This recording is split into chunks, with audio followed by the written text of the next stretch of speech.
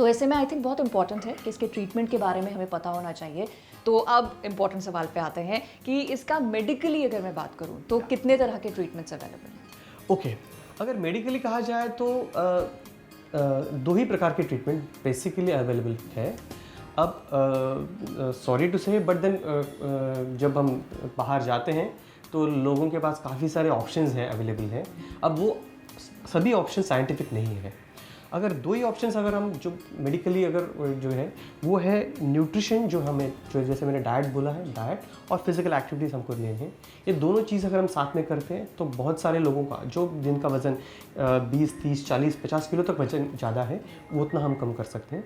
लेकिन जो पेशेंट जिनका वज़न 50 किलो से भी ज़्यादा है और उन्होंने ये पहला प्रयास किया हुआ है, काफ़ी साल प्रयास किया हुआ है और उनको ये ट्रीटमेंट की वजह से या ट्रीटमेंट किसी कारण वजह से वो कर नहीं पाते हैं, जैसे कोई प्रॉब्लम है, हेल्थ की इश्यूज़ हो, जैसे इसकी वजह से वॉक नहीं कर पाते हैं या फिर किसी और वजह से वो डाइट इतनी ज़्यादा दिन कर नहीं पाते, साइकोलॉजिकल प्रॉब्लम है या कुछ है, और ऐसी बीमारी है जैसे 50 किलो वज़न ज़्यादा है जिसकी वजह से उनको सांस की तकलीफ है या फिर कुछ हेल्थ हज़ार्ड्स होने के ज़्यादा चांसेस है, फिर डायबिटीज़ बहुत ही कंट्रोल में नहीं है।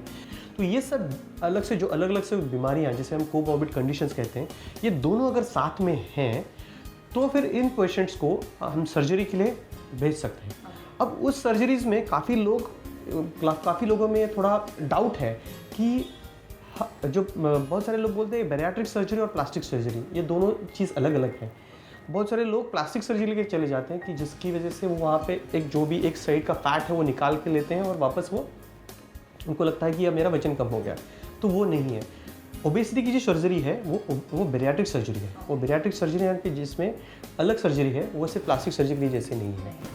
अच्छा, लेकिन ऐसे बहुत सारे लोग भी हैं जो बहुत सारी बीमारियों में, खासतौर से अगर सीनियर सिटीजन्स की बात करूं तो घरेलू नुस्खे जो हैं या घरेलू उपाय वो अपनाते हैं। तो क्या ओबेसिटी के मामले में भी ऐसा कुछ है कि कोई घरेलू नुस्खा काम आ सकता है? या अभी घरेलू नुस्खों में अगर बताया जाए तो बहुत सारे एक शॉर्ट टर्म फ़ायदे हो सकते हैं, मैं बोलता हूँ, लेकिन उसके लिए बहुत ज़्यादा उसके ऊपर डिपेंडेंट नहीं रह सकते। अब उसमें सबसे ज़्यादा जो मिथ है या फिर जो लोगों में एक गलतफहमी है कि सुबह नींबू पानी और शहद थोड़ा डाल के, अजमद या हनी डाल के हम पी लें तो वज़न कम हो जाता है। लेकिन ये सही नहीं है, ये गलत है। क्योंकि होता ये है कि हनी लेने से बेसिकली नींबू से कुछ नहीं होता, उसमें सिर्फ विटामिन सी है, वो मिल जाते हैं। पानी से तो कुछ, उसमें कुछ कैलोरीज होते हैं या नहीं होते, वो पानी की वजह से वो नहीं होते, और पानी की वजह से कभी वज़न कम होना या बढ़ना कोई संभव नहीं है। अब रही बात हनी की, हनी पीने की वजह से होता यूँ है कि हमारा थोड़ा सा जीआई ट्रैक्ट थोड़ा फूल जाता है और फिर हमें ज़्यादा भूख नहीं लगती। तो हम ब्रेकफास्ट से पहले वो लेते हैं और जिसकी वजह से ब्रेकफास्ट में भूख नहीं लगती।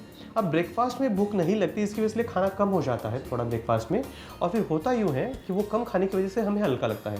फिर शाम तक लेकिन वापस भूख लगनी चालू हो जाती है, तो आदमी फिर शाम में वापस ज़्यादा खाना खाता है और फिर उसका वज़न वैसे ही रहता है, फिर बढ़ जाता है। अब इस प्रकार के जो नुस्खे हैं वो आपको टेम्पररी कुछ देर के लिए आपको थोड़ा हल्कापन महसूस करा देंगे, लेकिन वो वेट लॉस के लिए या फिर आपके मोटापे के लिए बिल्कुल भी फ़ायदेमंद नहीं रहेंगे।